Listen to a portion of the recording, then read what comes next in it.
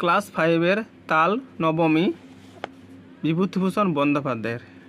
এই প্রশ্নগুলো আমি দেখিয়ে দিচ্ছি। এর দাগে জেনে নিয়ে নিজের ভাষায় লেখো। একের দাগে কোন মাসে তাল পাকে? ভাদ্র মাসে। 1-2 দাগে আউশ ধান কোন ঋতুতে ঘরে ওঠে? হেমন্ত ঋতুতে। 1-3 দাগে গ্রাম জীবনে পালিত হয় এমন দুটি ব্রত পরব বা অনুষ্ঠানের নাম লেখো। টুসু, ভাদু। 1-4 দাগে বর্ষাকালে অন্ধকারে চলাফেরা করা ভালো নয় কেন? সাপ পোকা বেরিয়ে আসে তাই।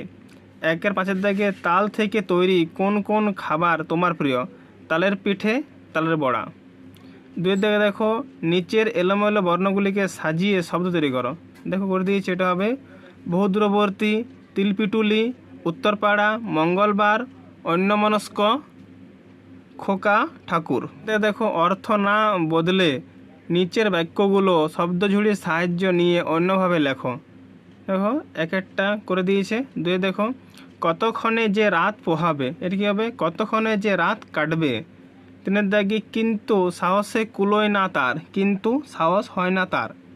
3-4 দাগে আমারও পেট চুঁই চুঁই করছে, আমারও খিদে পেয়েছে। 3-5 দাগে বাঁশ ঝাড় নুয়ে পড়ছে বাদলার হাওয়ায়, বাঁশ ঝাড় হেলে পড়ছে বৃষ্টির হাওয়ায়। 4 দাগে দেখো ঘটনাক্রম অনুযায়ী সাজিয়ে লেখো। দেখো আমি করে দিয়েছি, এটা হবে 4, এটা 1, এটা 2, এটা 5, এটা 3। 5 দাগে দেখো নির্দেশ অনুসারে উত্তর দাও। 5 দাগে গল্পের নানান জায়গায় খুঁজে দেখো, তার নামের ফলটার অনেক ধরনের বিশেষণ খুঁজে পাবে, সেগুলো লেখো।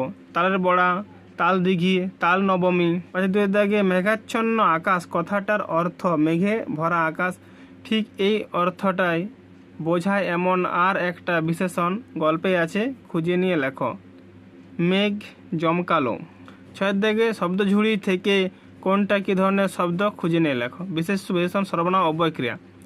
বিশেষণে দেখো মঙ্গলবার, আকাশ, নেমন্তন্ন।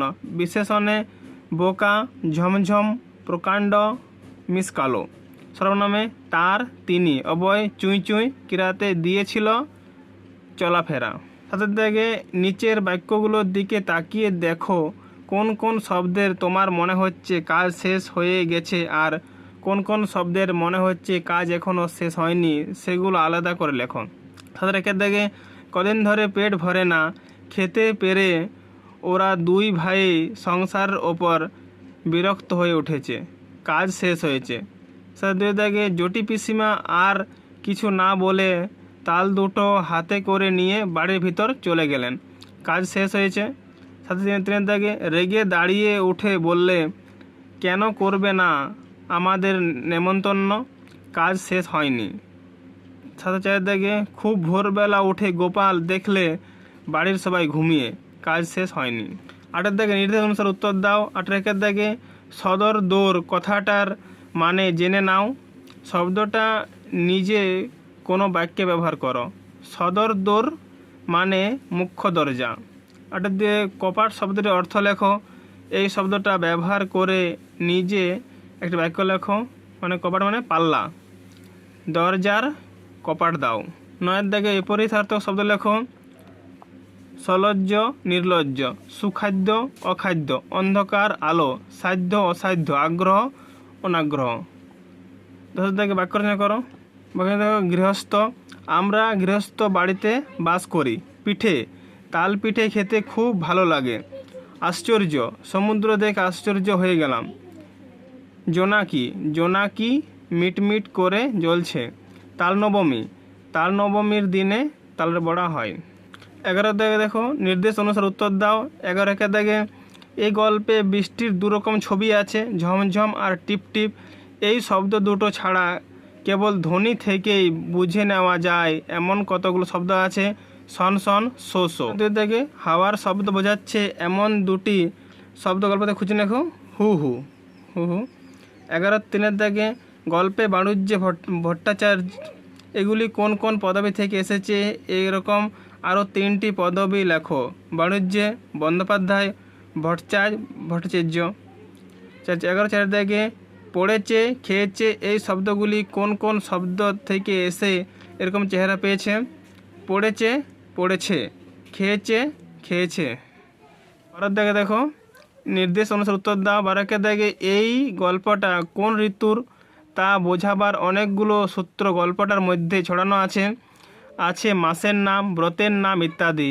এছাড়াও কোন কোন সূত্র তুমি নিজে খুঁজে পাও লেখো। দেখো 11-12 দেখো আউশ ধান, পাকা তাল, বর্ষাকাল, পুরনো জল। দাগে এই গল্পে দাদা এক সময়ে ছোট ভাইকে বলেছে, একটা বোকা। তোমার কি সত্যি মনে হয়েছে ভাইটা বোকামি করেছে?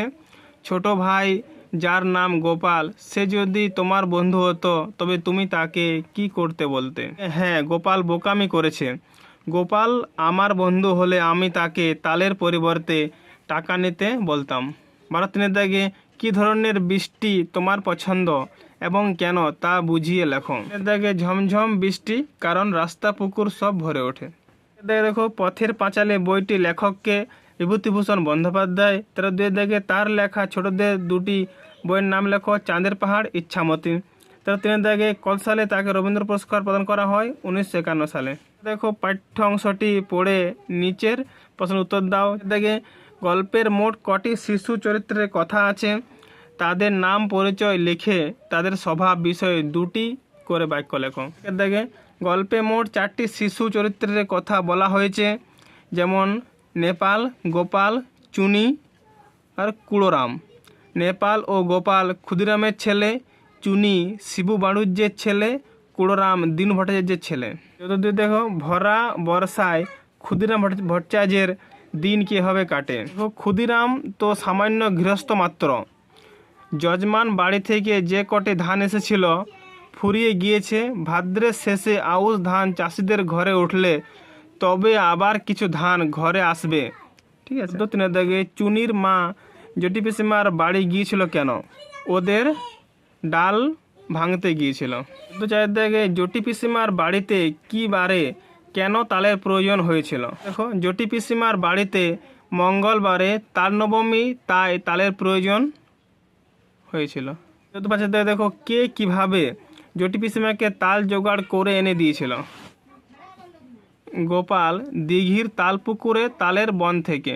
জটি পিসিমার ভালো নাম কি? হরিমতি। 14 দাগে বর্ষা রাতে গোপালের দেখা স্বপ্ন কিভাবে মিথ্যা হয়ে গেল তা গল্প অনুসারে লেখো। জটি পিসিমা আদর করে ওকে বললেন খাওয়ানোর সময়, খোকা কাকুড়ের ডান্না আর নিবি?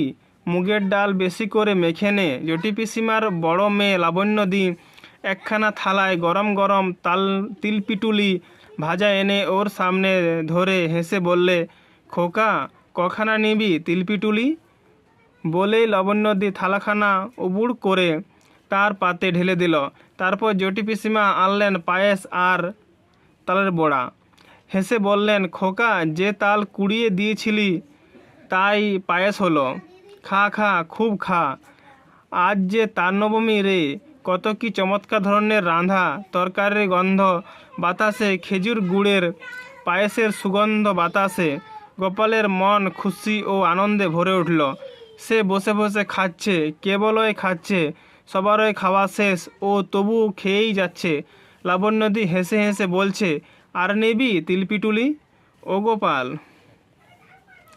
হঠাৎ গোপাল চোখ চেয়ে দেখলে জানালার পাশে বর্ষার জলে ভেজা ঝোপঝাড়, তাদের সেই আতা গাছটা, সে শুয়ে আছে তাদের বাড়িতেই।